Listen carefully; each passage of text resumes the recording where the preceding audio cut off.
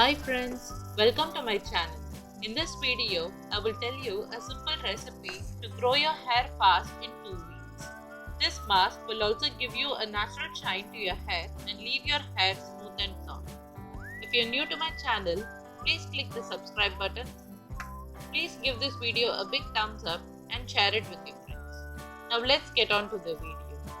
For this mask, you will need 1 beetroot,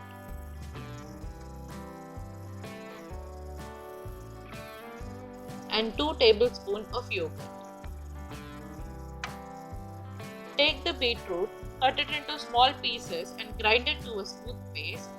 Add 2 tablespoons of yogurt to the beetroot paste and mix it nicely. Apply this paste to the scalp and hair and leave it for 1 hour. After 1 hour, wash with regular shampoo.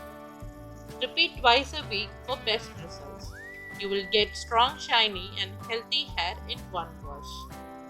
Thank you for watching the video, friends. If you like this video, please give this video a big thumbs up and share it with your friends. If you have any questions related to this video, please ask them in the comment section. Please subscribe to my channel for more new tips. Thank you for watching, friends. Bye.